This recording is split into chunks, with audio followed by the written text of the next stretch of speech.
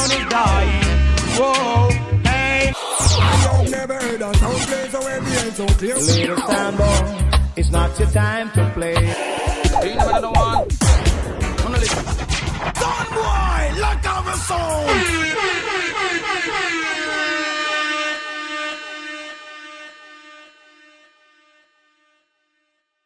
Let me see the hands of those of you who bought a copy of Rodigan's book already. Nice, nice, nice, nice. The books are sold out. And some would say that's a good thing. Right? It means that David's contribution to our industry has been so great that they couldn't keep the books stocked in the store. I'm sure that by the time we finish speaking, David would be able to tell you guys where you can get the books if you weren't able to get them on the ship. So the purpose of course, of us having this conversation here today is for you guys to get to know the man behind the book, as well as we know the man behind the book. Now, my name is Chin, by the way. I'm promoter of World Clash and a strong advocate of sound system culture. David, how long have we've known each other? 20 odd years. Yeah, I can remember as a little kid driving all the way to Boston. Do you remember that, David? I can remember. When we were starting, our legacy as, Sound Clash promoters, I was really, really young and wanted to meet Rodigan so bad. So I took a 5-hour drive from someplace in New York to someplace that he was playing in Boston, and got to meet him, and the rest of it is history. So I'm saying this to tell you guys that I am very familiar with David, personal and professional. Can I jump in there and say that night was a setup? Was it? Yeah, I was told I was playing a gig in Boston, and a sound called Cataract was playing with me. Yes. When I got to the venue, it said Clash. I said to the promoter, "What's this?" He said, "No, man, just go through." I said, "But it's just a regular..." "No, man, a Clash thing, it's more exciting." I said, "Thanks for the warning." And these guys, Cataract, were this new sound, and they cut a dub plate with Bob and Marcia. I nearly died on that stage. When I got back to England, I phoned, I said, "What the hell is..." Because Bob Andy said he would never voice a dub. But in the end he did with Marcia, and he figured, well, do you know what? Unlike many artists, I don't blame him, because the record industry was slowly dying in terms of sales. And let's face it, sound system culture, I'm jumping the gun here a bit, but it's done a lot for the artist to provide them with a living. Many of these artists have never got paid royalties, never got publishing deals in the way they could have done or should have done because they just didn't know. And dubplate culture has enabled them to have some form of an income. So yes. Bob voiced it, and he said, "Don't worry, David, I'll do one for you with Marcia," and he did. So big up Bob Andy, and anyone who knows me knows that I love that man's work, so nice. So we're going to be journeying through David's trod, through the sound system culture, broadcaster, and just as an advocate and fan of reggae and dancehall music for the years that he has been in it, right? Now, the conversation, of course, will get intense. A lot of you will, get some pointers, and then you'll have to figure out the rest in reading the book. That's why you bought the book, correct? Right? But we're going to try to pick David's brain for a couple of minutes here and figure out what was the inspiration behind him being an Englishman in the culture of reggae, which comes from the land of Jamaica, right? So, where would you want to start, David? I guess at the beginning. Let's start at the beginning. It happened to me like it's happened to hundreds of thousands of others, not just Jamaicans, but people from all over the world, from all walks of life. If you were to line them up and say, which one of these people are reggae fans, you'd never be able to say, oh, he's a reggae fan or she's a reggae fan, because reggae fans come from all walks of life and all cultures, and we know this to be a fact. So I, like millions of others, discovered this music as a boy in the 60s, when this new sound from Jamaica hit the British pop charts, and they called it ska. They also called it Blue Beat, because that was the name of the label that was releasing it in the UK. And it had this phenomenal energy. It was extremely danceable. We didn't understand a lot of the lyrics because the patois was quite strong, but we understood the beat. The beat was crazy. You could, and to this day, the reason why ska music, in my opinion, is still incredibly popular and the new ska bands popping up all over the world is because there is a tremendous energy within ska music which translates to people regardless of culture or language. And that's what captured me. When I heard the Scatolites, Guns of Navarone, when I heard Phoenix City, when I heard those early ska recordings, I was blown away. The first one that really did it, obviously, was preempted. That was 64, My Boy Lollipop, which is ironically recorded in London. But there was a ska feel to that, which I kind of got. But by 66, 67, especially with Prince Buster, and we were all young mods. You know, I was 16, it was the summer of 67. It was the original Summer of Love. And it was a hot summer, and this music was everywhere. And we took it to ourselves. We took it, you know, you went to clubs and you heard this music. It was played along with soul records, Stax, Atlantic, Memphis, Tamla Motown. We were hearing those songs, and we're hearing ska and blue beat songs by Prince Buster and the Scatolites and Delroy Wilson and the Wailers, and then eventually 68, 69, of course the beat changed and we heard these rock steady beats coming in, and then into reggae. And then another movement swept in, which is a skinhead movement, another working class British movement of young people who fell in love with this music. And then of course it came again in the late 70s with the two-tone revival and phenomenal interest in ska music. So I was merely someone caught up in the tidal wave of music that came from the island of Jamaica. We just fell for it big time. What was that setting like at the time? Well, it was all about, you know, it was a different world then. I mean, there was no social media. If you wanted to call your girlfriend, you went to the phone box 2 streets away, you know, unless you had a phone in the house. You know, I'm exaggerating a bit, but for many people it was like that. So music was a great common denominator. Records are something you purchased and you exchange with mates, and you go around mates' houses and I've got this and you've got that and have a listen to this, and you go to clubs and you'd hear these songs played. And DJs, this is the other thing, DJs were no big deal. It was no big deal in the, who's the guy over there? Oh, he's just the DJ. Go and tell him what you want to play. DJs didn't have any kind of presence. They were just like the guy that looked like Elvis standing at the back playing records. I mean, it really was like, it was a different world then. Who'd want to be a DJ? Because you couldn't check girls, you know. It's like you weren't in the party. Who'd want to be a goalkeeper, you know, when you could be a centre forward or a winger? It was that kind of a feeling. But the music was everything, because it was what we partied to, what we danced to, and what we related to, and we collected it, as I did, and we shared it with each other. So it was a very much important part of our lives. When you started to collect, were you planning to become a disc jockey? No. No, DJ, no. What happened was, because I collected the music so avidly, people would say to me, oh, we're having a party in the school disco. Can you bring your records, because we know you've got some? And I was like, oh, well, okay then, yeah, but you know, yeah, well, you keep playing. And you kind of wanted to be in the action with having fun, but I had this desire to share the music. So I got swept up in it, and then when I went to college, I was, you know, did the college discos and things like that. But there was no burning desire to be a DJ per se. It just was something I did because, you know, people are having a house party or a birthday party, or the parents are away for the summer holidays and there's a party at someone's house, and you bring your records and stand in the corner and play them. And it was just that, really. It was youth club fun. It wasn't a big deal.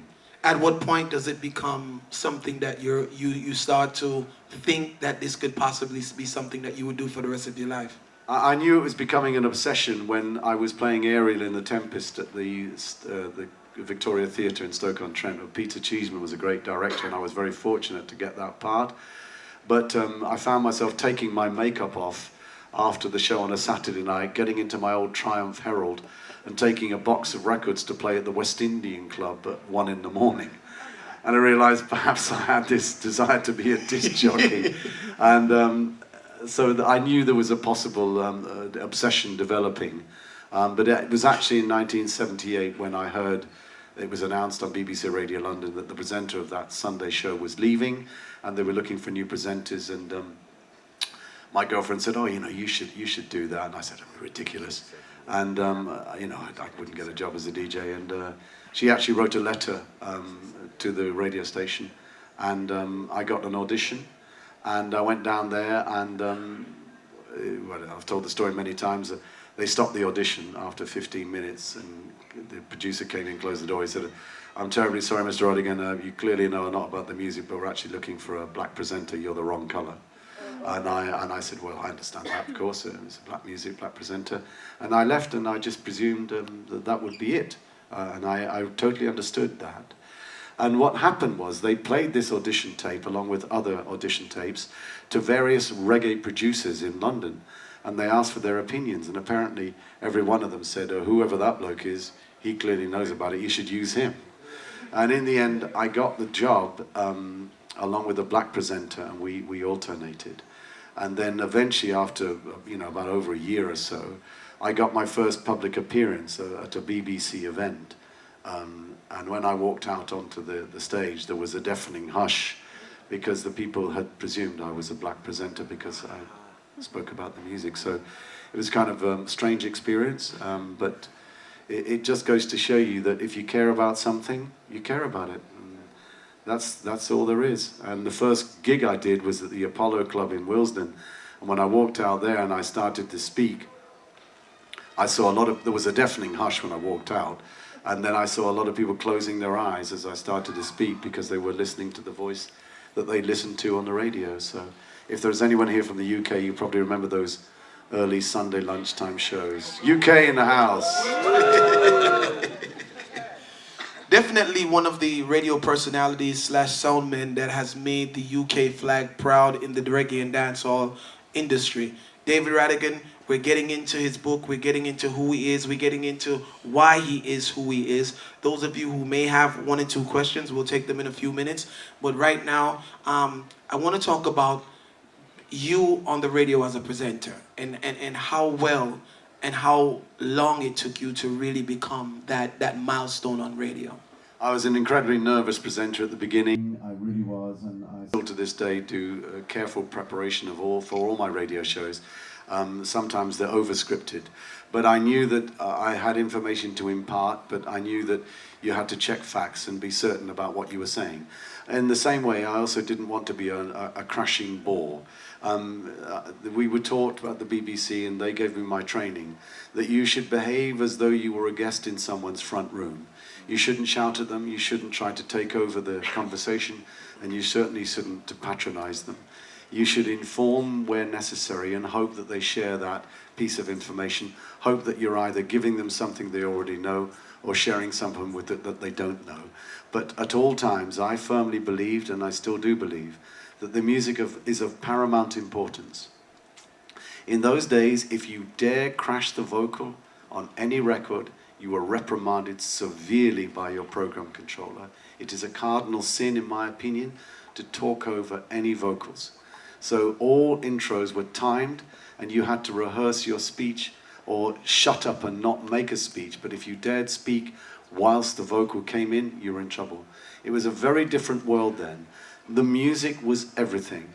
The presenter, and I still believe this to be true, was not the most important thing. He was or she was there merely to be the catalyst, the conduit for the piece that you had in common.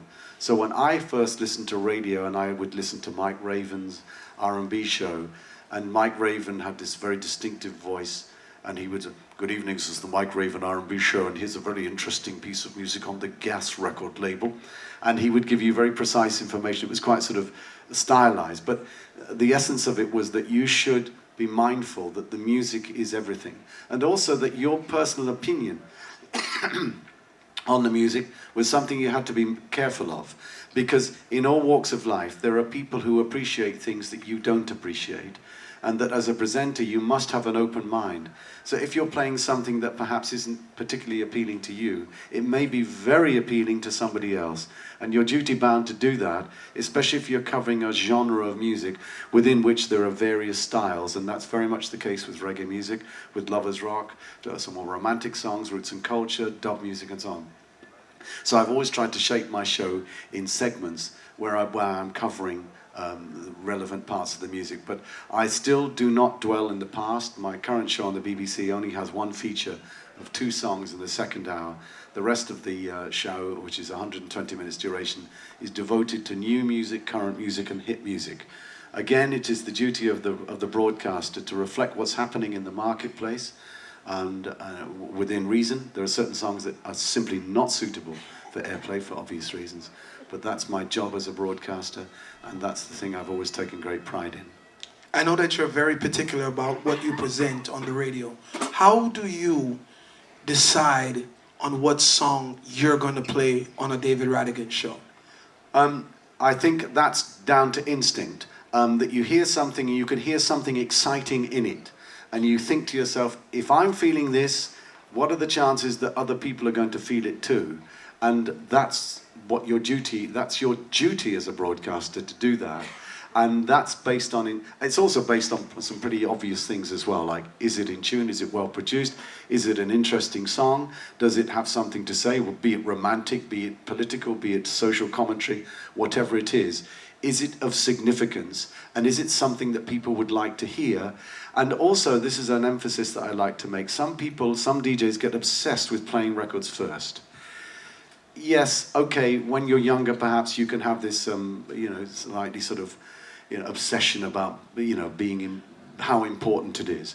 But what I've discovered is that it is much more important to keep playing that record 3 months after it came out, because that's when the general public are just getting to grips with that soon.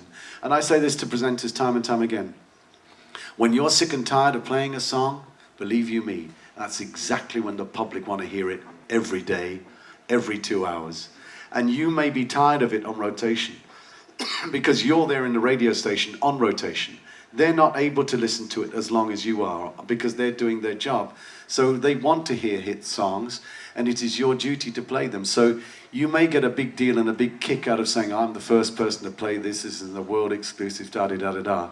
And then you ask the DJ, we gave you a world exclusive last week, but why don't you... No, man, no, I played it.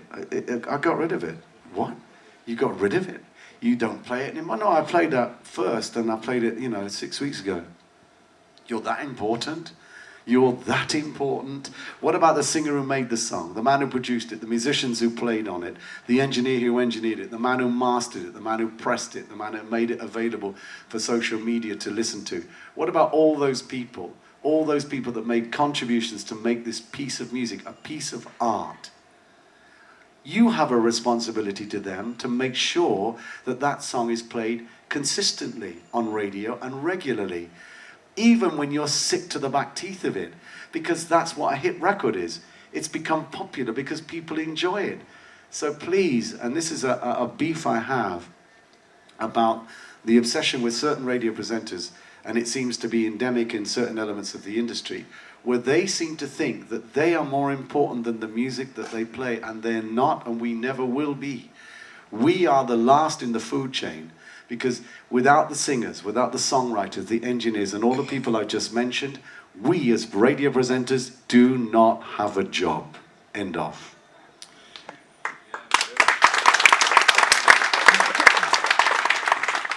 Your respect for Jamaican music brings you to Jamaica. Speak about the first visit. Never to be forgotten.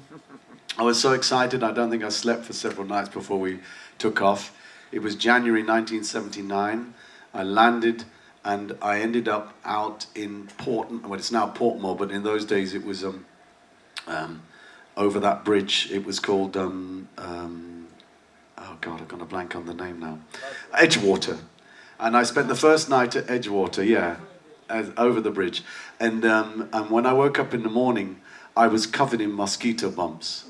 And I think all the mosquitoes circling said, I smell the blood of an Englishman. And I was covered in bumps, and I came out, and I couldn't believe how hot it was. And I saw this bus out on the street in this little housing estate, and it was a mobile food bus.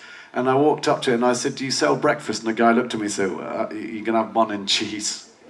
So I had a piece of bun and cheese and an orange juice, and I was with Dave Henley and Mo Claridge, couple of buddies of mine, and we went downtown to Maxfield Avenue, and I'll never forget pulling up outside Channel 1, and Dave Henley said, "Oh my God, there's Earl Zero." Earl Zero standing outside Channel 1. So you can imagine what I was like, standing there in the blazing sun at Maxfield Avenue with Winston Wright and all these, guys hanging out, playing dominoes and cards, waiting to do a session. And then that night, I made the pilgrimage. Waterhouse, 18 Drummerley Avenue, that side gate into the inner sanctum. I was going to meet King Tubby the Dub Master. And there he was standing there, I was introduced to him by Jammies. And I was so in awe of this man because I love dub music and what he'd done for it. And I remember saying to him, "I'm really pleased to meet you. It's a real honor. Could I do an interview with you?" And he just looked at me and said, "No." King Tubby was not interested in the limelight. He was the most reserved, coolest guy I'd ever knew. But I'd come there to cut dub plates. And he said, I said, "How much the price is?" And he just pointed to the sign on the wall. So not much conversation at all? No. And I said, "Okay," and I had my dollars ready. And he put some tape on and he played the first song, and I was like, no. So he played another track. Jammies was sitting there looking at the floor, and I said, no. And then they played another track, and I said, no. And they looked at me as if to say, "You're wasting our time." And I said, "Well, I'm sorry, I don't like anything you've played." And I never forget it. It was just this slight twinkle in Tubby's eye, just slightly, just like this. And he took these keys out and he threw it to a young assistant engineer and told him to open up this tape box. And he took this and he told him to spool up this tape. And he pressed play on the 4-track, and it clunk, clunk. Boom, boom, boom. I'm gonna mash down Rome in pieces. I said, "I'll cut that."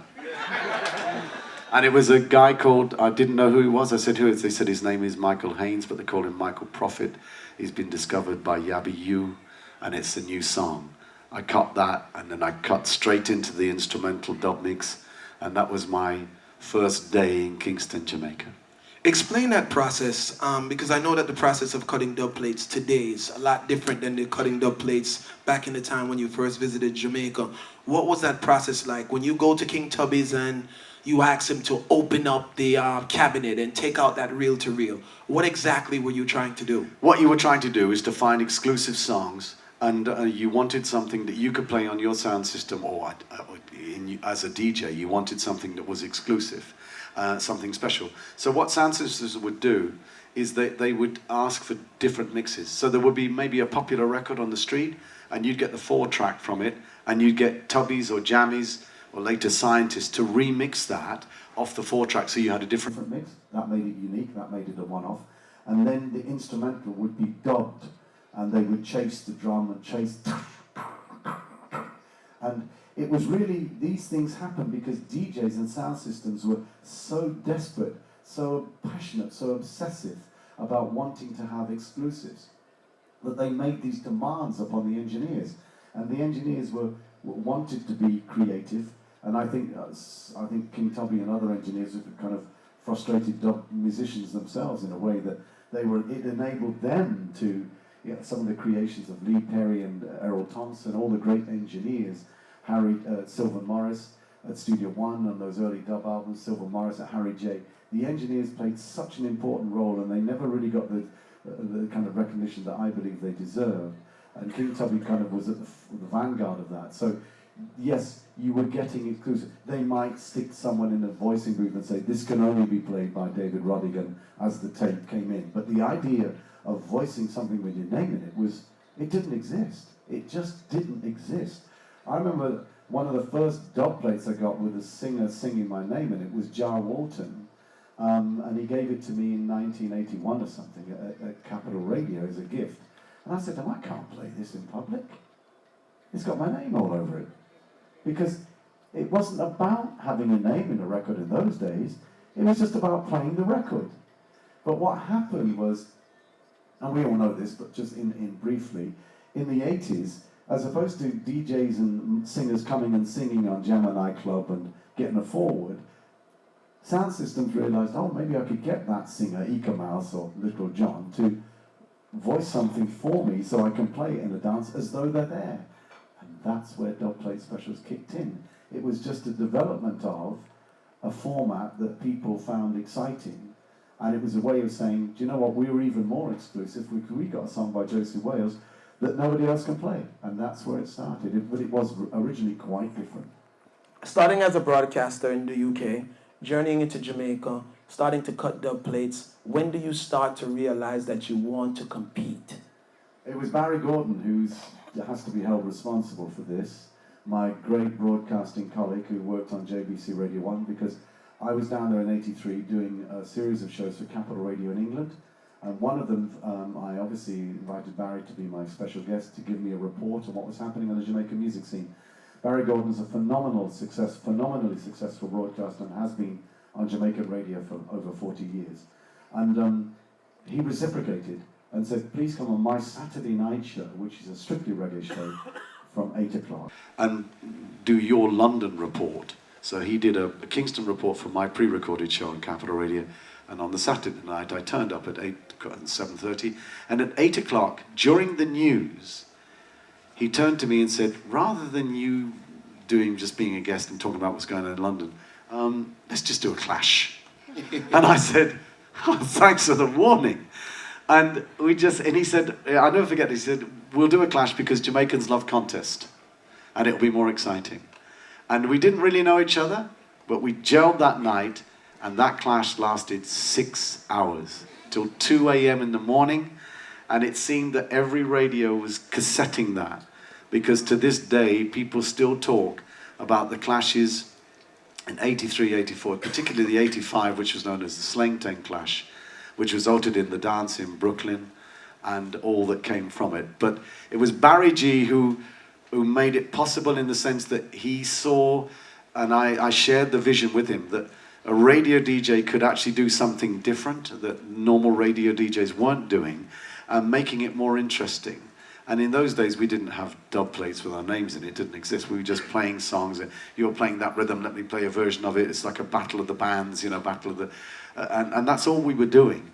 But it spiraled from there. And then what actually happened was in 1991, bodyguard Courtney Singh was in London. And he said to me, if ever you come to Jamaica, why don't you clash with us? I said, are you crazy? You're bodyguard, you're killing everyone. And he said, no, it'll be fun. And I thought, it probably could be fun. So I went to the Mighty Diamonds and asked them to voice, who's gonna bodyguard you, Mr. Bodyguard? And I had another dub by General Lee. I think I had 2 specials. And I got on a plane and I went to Jamaica. And I never forget, I got to Clarendon and I saw all these people getting off buses and couldn't park, and he's walking. I said, where are all these people? He said, they've come from the country to see you, you twit. I said, are you serious? He said, yeah, because of Barry G. Because of those radio clashes. Made you extremely popular in Jamaica. Yeah, and I didn't know it. Cassette and tape. Hill and gully, farmers in the countryside. Everyone has a radio. Not hardly anyone had a television, but everyone had a radio. And we played in Big J Skateland in Maypen, and the sound kicked out after an hour and everything stopped. And he said, oh, well, they're all going to go home. And they all sat on the floor. He said, I've never seen this. When a sound kicks out, people just walk out. They all waited for us to string up and kick back in again. And I played my dubs. And Johnny was there, of course, but the great bodyguard. And we had great fun. That became an annual event. And then in 1993, a promoter said, why don't you clash with Kilimanjaro in Miami? No, 93, they said, why don't you clash with Waggy T, the king of Miami? And I said, okay, and I did. And I turned up on my own and I won the clash. And it was a great night, and Waggy T is a brilliant selector. If ever there was a man that should be recognized as Waggy T is the greatest mixer and has the best dub plates, believe you me, that guy is a phenomenal. And he doesn't talk. But he spoke that night. He said a few words. And then as a result of that clash, which was 3,000 people at the Mai Hai Temple, I did this spoof newscaster announcing his death like a BBC News thing, and that caused a sensation. And next thing I knew, I was booked to clash with Kilimanjaro in that same Mai temple in November of that year. And that was the beginning of me clashing big Jamaican sound systems because promoters wanted it, the public turned up, and I had fun. For those of you who may not be familiar with David's track record in the Sound Clash arena, David Rodigan has killed every single sound of importance in our culture. So any sound that you can think of, they have at least one time been defeated by David, which is undoubtedly phenomenal. As a radio jock, clashing sound systems, and we're talking about all the big names, David. We're talking about the Stone Loves, the Mighty Crowns, the Kilimanjaros, and the list goes on. The Bodyguards, right? So give David a round of applause, please. Now, I want to make this conversation fun, and I want to make it very interactive, so I want to take a couple of questions that you guys may personally have for David about this phenomenal book, about his life that he has written. David, before I open the floor, I want to ask you this. Why a book? Why now? Okay, because many people said over the years, you've got so many stories and anecdotes and memories from these past 4 decades. Why don't you write a book? And I didn't think there would be a great deal of interest in it, so that's why I always politely declined. But in the end, it became apparent, especially as I was approaching my 40th anniversary, that perhaps some of these stories would be of interest. So I got together with a writer called Ian Burrell, whose work I'd always admired. He's a journalist for The Independent, and he suggested that he was prepared to take a sabbatical to write it with me. So we sat down together and we started doing these tape-recorded sessions, and anecdotes came up, and then he'd come back to me with pieces he'd written. Before we knew it, we had several chapters, and he said, David, you know, this will work. A publisher will take this. He said, you just need to have the confidence. You've lived the stories. It's your life. You can't be objective. You're being subjective. People will find these stories interesting because it's a story. And I said, well, okay then. And sure enough, he was right. We completed it. We had our drafts, and a publisher jumped at it and made us an offer. And it was published on March the 2nd in London. And the first print run sold out, and they went into a second print run. It's going to be published in America in November. They're going to go with a paperback in the new year. And the reason why I did it was because I love the music, and I wanted to share my love of the music, and because there was a journey that had taken place.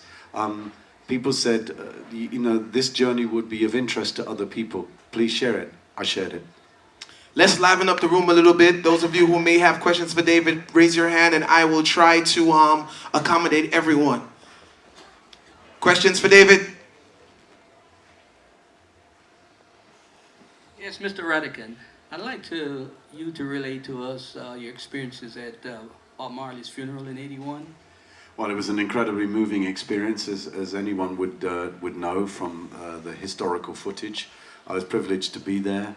It was a very moving occasion, and the journey from the service in Kingston deep into the heartland of St. Anne was in itself a journey.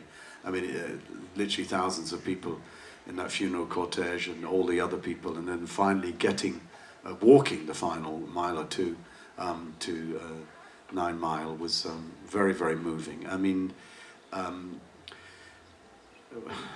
this man has become an icon, and his music has touched the souls of people all over the world.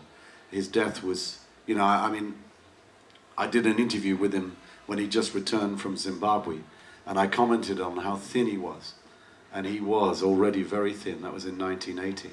I said, why are you so thin? He said, I've been working very hard on the road. And this is a man who was already very ill. And, well, we know the tragic end. But he touched the souls of Jamaicans, and he touched the souls of the rest of the world. So it was an incredibly moving experience.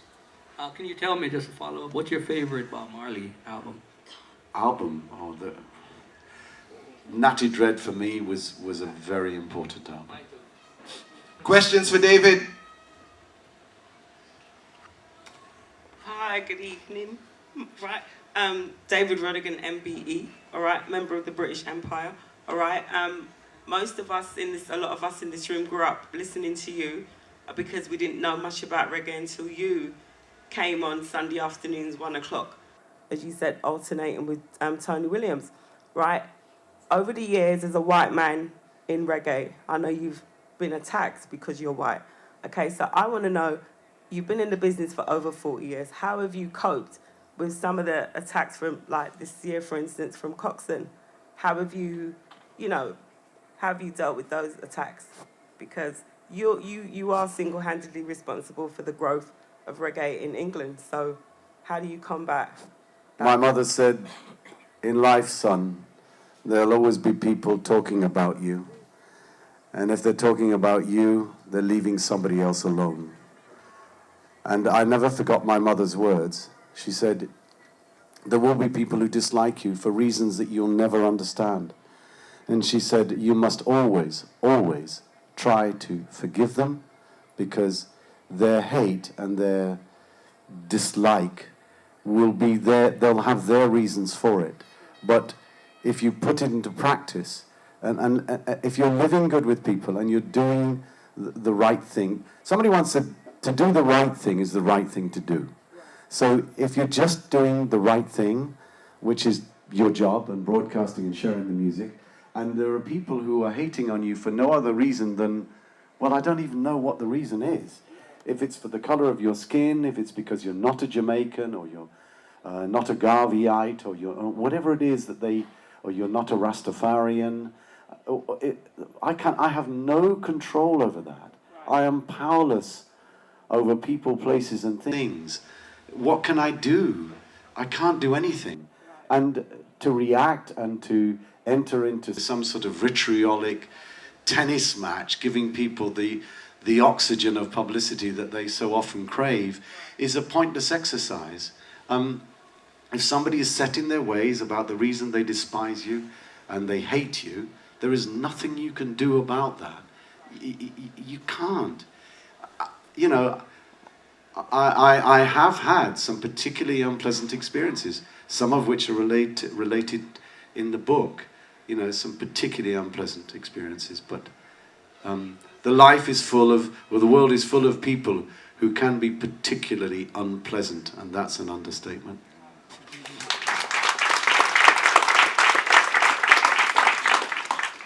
Questions for David? Okay, one of the things that I've noticed about you is that you normally, whenever you're doing a talk or you're going to introduce a song, you always start with, I remember. I remember. How on earth do you remember so much? The artists, the engineers, the dates, the years, it is absolutely amazing, trust me. How do you remember? I don't know.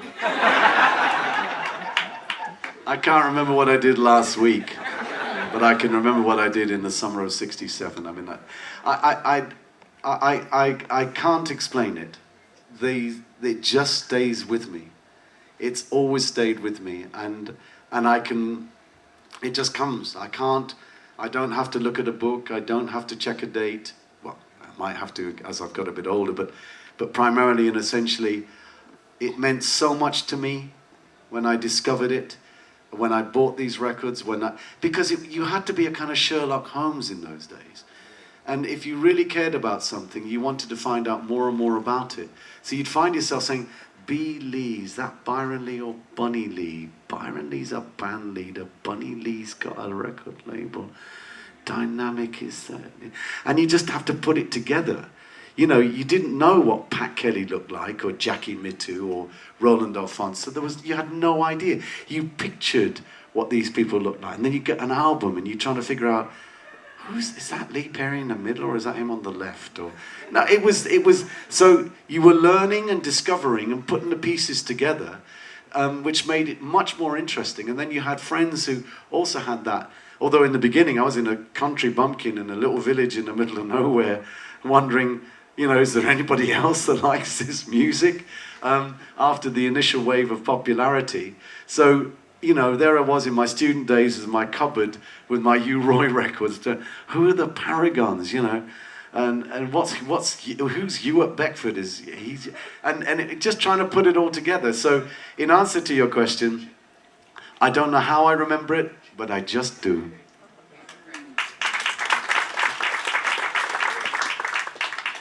It's a pleasure. How you doing? You've been around for so many years right now, and I just want to know, how do you see this music industry going, especially now? We have the internet, social media. You've been around since radio. Now we have this. Where do you see it going after this? Well, no one knows what the future holds, but we do know that it is evolving incredibly fast. The last 10 years have been remarkable in terms of how the world has changed. Whoever thought that dynamic records would close down the gate with a padlock on it, they'd stop pressing vinyl? Whoever thought that day would come? But then whoever thought there would be vinyl, you know? Because originally it was guys walking around with songs, singing in villages. So there has been and will always be evolution. I don't use Serato because it looks like I'm reading emails in public, but other selectors are able to cope with that incredibly well. I can't.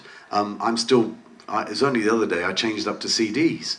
I was still playing vinyl because I was still cutting dub plates, and they were laughing at me in World Clash in Jamaica. Oh, here comes that old dinosaur. Let's get some turntables on for this dude because he's still got some dub plates. You know, so the world has changed, and it's changing incredibly quickly. But now, I see so many advantages. Because YouTube is a way of instantly communicating a video, a visual image of a song. Spotify is a phenomenon. The fact that you can stream music anywhere in the world on your phone. I mean, the world is changing so fast. And I think there are tremendous advantages. And I think that young people will pursue these advantages with a vengeance. Because when people say to me, oh, I don't like this new music, I say, yeah, because it's not for you. If you don't like it, you don't get it. There are certain elements of new music in Jamaica that I just don't get. I'm completely lost and bewildered. I don't understand it. But it wasn't made necessarily for me. It was made by a generation, for a generation, and it belongs to that generation. And I think we're easy to disrespect young people and say, well, you know, that's rubbish. No, it's if it means something to them within the traditions of what we would consider to be respectable rather than disrespectful or misogynist, there are elements of the music that I find deeply offensive. And anyone with the glorification of violence attitude toward women, we all know the things that are unpleasant and repellent. But outside of that, this music will be forever evolving, and there will be new people coming through, because you cannot contain the energy of a young mind. You know, it's a phenomenon. If you any teachers in the house, you must know what it's like to be in the company, and I used to teach, of young people, because they're full of ideas, and they're so creative, so that you're seeing young people creating beats on computers, on studios in the sky, you know, not physical places, but they're creating beats from samples. It is a phenomenon. The only downside to it, in my opinion, is the elements of what I would call the fusion of live musicians playing together is perhaps something that's lost. But nevertheless, there are live band sets. Look what happened last night. Sham came on stage with a female reggae band and blew the place apart. Where did that one come from? Who saw that one coming? He did. And he got the forward. And I'm not patronizing women here. I'm just talking about this was a reality. If they didn't do the job, it wouldn't have worked, but they did do the job. So what I say to people about the future is we don't know, but we do know that this music and this island of Jamaica has continued over the past 50 years to surprise the world with its music, and it would always continue to do so. It's extremely important that we continue to celebrate the contributions of the great people like David Rodigan that has helped to grow our music. So I'm going to walk around the room and I'm asking you guys to get into his mind. Ask him the questions that you need to ask him while he's here. Give him the love that he deserves while he's here and he can appreciate it. Any questions from the back of the room for Mr. David Rodigan? Put your hands up, please.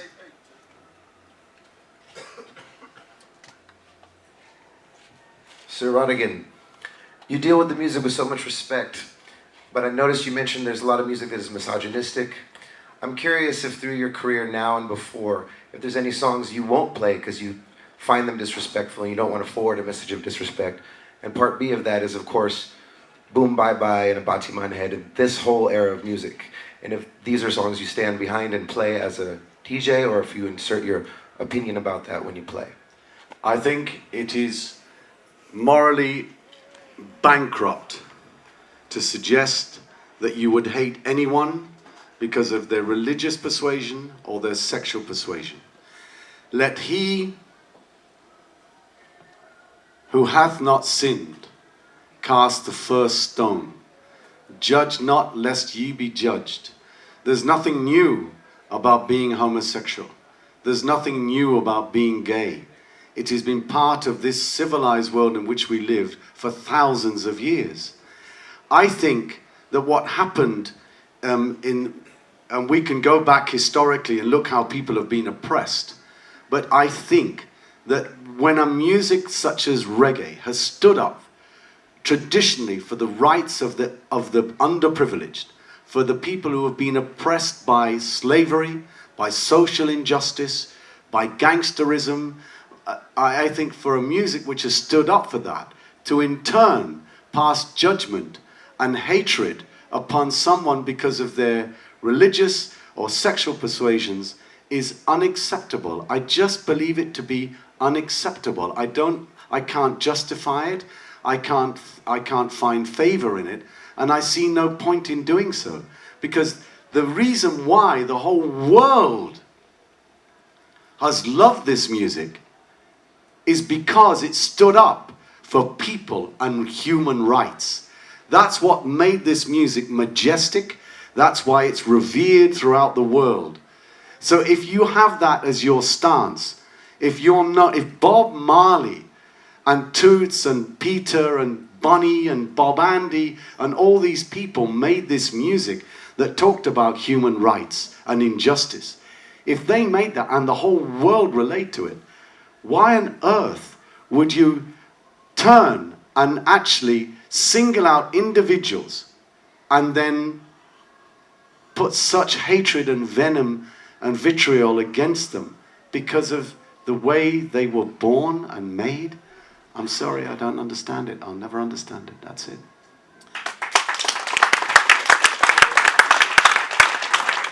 David Rodigan's life in reggae. David, if you can use 3 words to summarize your journey through the music, what would those 3 words be? Totally, absolutely amazing. Round of applause.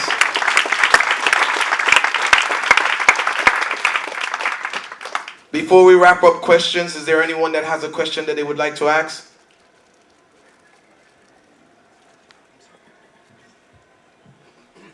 Greetings, Mr. Rodigan. My name is Lloyd Jones out of New Jersey from WNTN Radio. My question is, how do you see, what is your take on the radio personality or the DJs today playing the music, playing reggae music on the air where they only play the sweet reggae music for only 1 second and then they'll be talking about nonsense, that's what I call it, and take off the sweet reggae music that's playing. They do it on the radio and also in the clubs where when I hear a sweet reggae music I want to Wall of Vibes with my Empress, they take it off and play another one for just a second. You're speaking to the converted here. I completely endorse everything you just said. I do not understand why on earth someone who's chosen to play music in a public place would think that they're more important than the music that's being played by interrupting the music, by crashing the vocal, as I said in the early years of broadcasting, and still to this day on official broadcasting stations, you cannot ever talk over the music or crash it. It is a sacrilege, because the music is of the ultimate, is the most important thing. So my question to these DJs would be, why are you on the radio? Why do you think that people want to hear you droning on about nothing? Because if you haven't got anything to say, I was told, shut up. segue. Play one song after another. And the reason Spotify will ultimately kill all those DJs is because Spotify doesn't have DJs. It is non-stop music.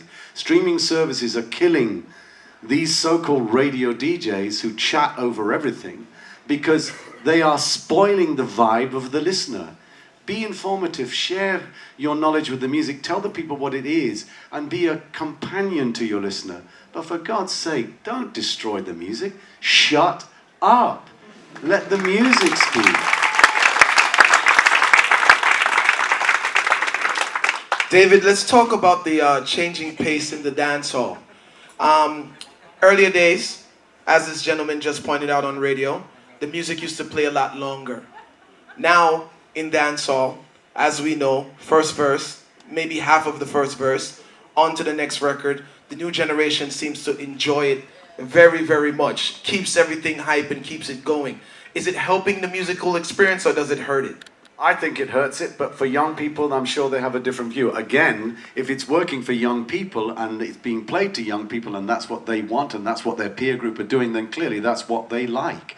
Who am I to pass judgment on it? But I will observe that I don't like it because it gets in the way of me not hearing the full song by Ken Booth or Protégé or Chronix. It's being interrupted for me. The way I describe it is you're not allowing the music to breathe. I'd like to hear the first verse and the chorus and the second verse if it's possible, because somebody wrote this down and somebody sung it and there is a storyline and it would be good to hear it. The only way you can hear it is buy it and play it on your home, on your own. But it is a style of playing which seems to appeal to young people, and I think it's part and parcel of the new world in which we live, which is incredibly fast. If you speak to young people, as I do, I often have to find myself saying, can you slow down? I can't understand what you're saying. I'm told, but my friends can understand what I'm saying. Young people are even speaking faster than we speak. They speak at their own speed. And if you go onto the internet, you're seeing videos that have a split second between each frame. Everything is moving so fast.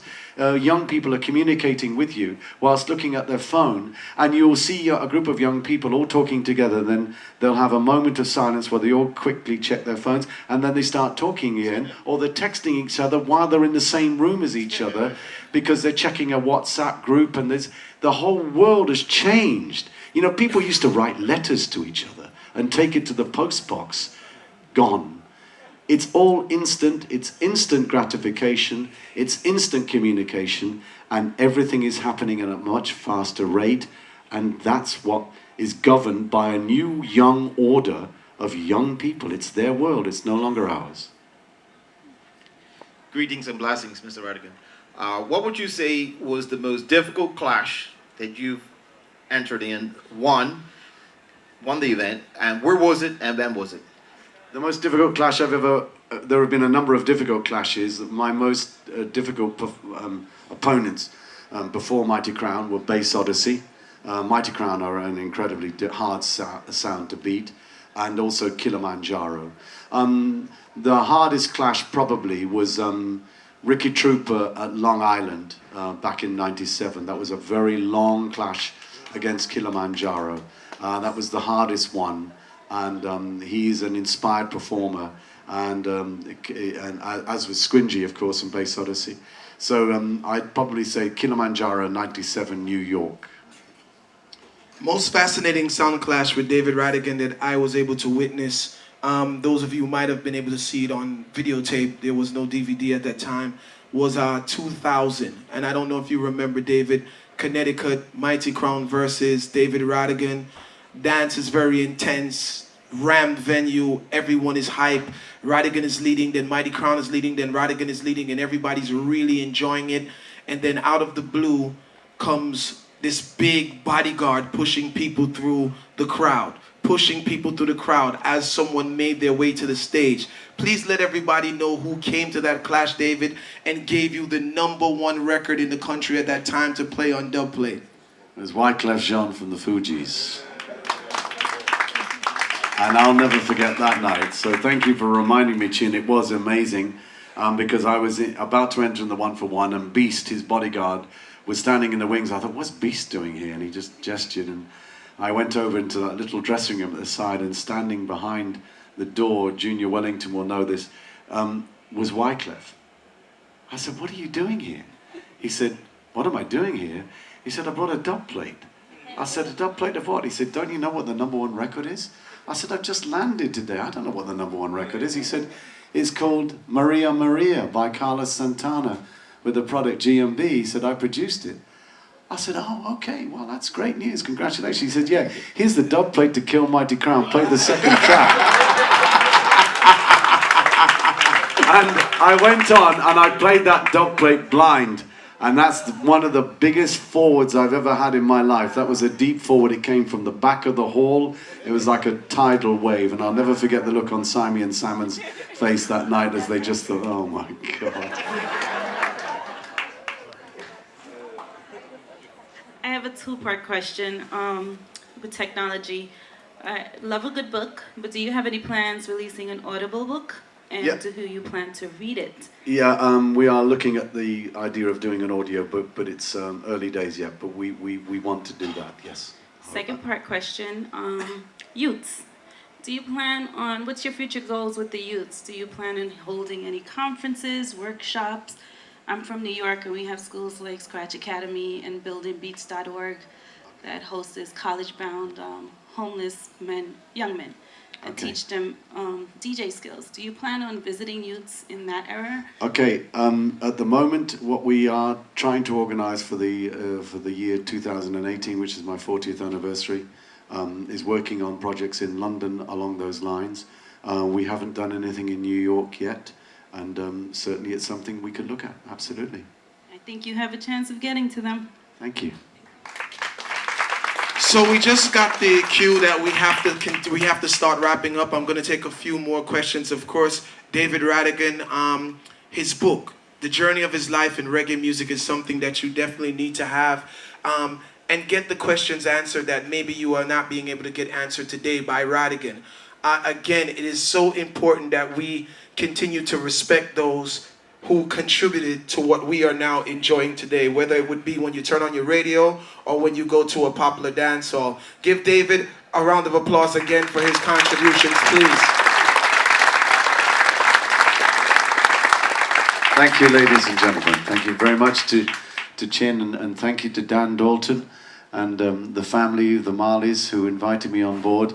They said, will you come and do a clash? And I felt like Gary Cooper in High Noon, you know.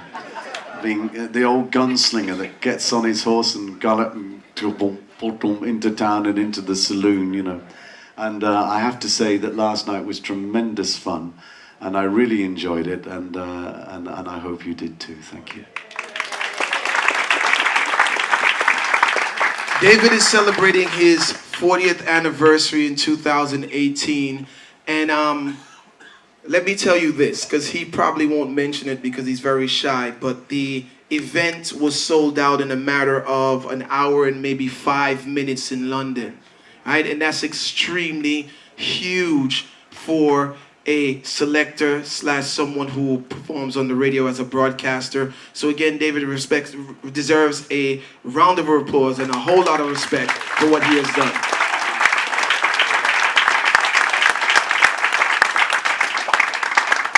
Thank you, ladies and gentlemen. Bobby. Hey, David Rodigan. Irie Jam, New York. It's I want to say out loud that it's a humbling experience to be alive during your lifetime. It's a wonderful, wonderful life that we can be here today to celebrate you and this book. I want to say that. Applause for David Rodigan. Irie Jam has been around for 25 years. We celebrate that with you next year as 25. And we're charged, me specifically, charged with bringing new broadcasters to that platform that we've built in New York. And it's hard. It's hard because there's fundamental gaps in how they should do and what they should do it. So I'm going to make a request for the next book. I need a How-To Radio 101 by David Rodigan to happen for the broadcasters that we have to educate moving forward. So I want to publicly say that we're going to make sure that we continue to beg you to do that. especially on our platform in New York. All right. Thank you, Bobby. And you're going to do it, though. You answer. You're going to say. I'll try. Okay, great. Thanks. So, I hope you guys enjoyed getting acquainted with David. Again, his contributions are endless. He continues to do what he has been doing, something that he loves to do, something that he enjoys to do. David, before we go and before we wrap up, I want to ask you, if you had to pick your favorite chapter of the book, the one which you enjoyed, that section of your life that you enjoyed the most writing about or recalling in your book, what chapter would that be? Oh gosh, that's a difficult question because they're all different. But I guess starting to work on a radio was the most exciting time because I didn't expect it. I didn't think it would happen. And it was an amazing journey. I mean, to actually meet, not just meet him by luck on the Fulham Palace Road after that gig, Bob Marley, but to meet him again by coincidence on an overnight stop from Zimbabwe, and then for him to agree to do an interview with me for 1 hour on Capital Radio. I mean, moments like that, and for him to play a song to me and ask me what I think of it. I mean, moments like that in broadcasting, these are encapsulated forever in my memory bank. And to have met most of the stars whose work I admired and revered, but Bob Andy, you know, the greats, Ken Booth, Alton Ellis, Dennis Brown, the Abyssinians. Declaration of Rights will always be one of my favorite songs. There are so many anthems. This music has given us such a remarkable collection of songs which will live forever, a tremendous heritage, and to have been privileged enough to have witnessed the people that made them and hear some of them being made and actually meet the stars, the recording artists that made them, for me has been an amazing journey. So I'd say the part about breaking into broadcasting. Yeah. Describe your book for those of us and let us know why it should be read. It's just a journey, and we all have a journey in life, and that journey takes us wherever it takes us. This was my journey. It's been an amazing journey, and through it and as a result of it, I have met lots of people who've inspired me. And I would say that the book is merely a reflection of what I've enjoyed and what I've encountered across 40 years. And it's been a joy for me to look back on it and to recall it and to share it. This is where everyone stands up and give David the round of applause that he deserves. Thank you so much for coming down.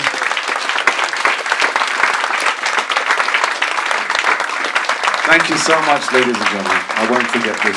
Thank you.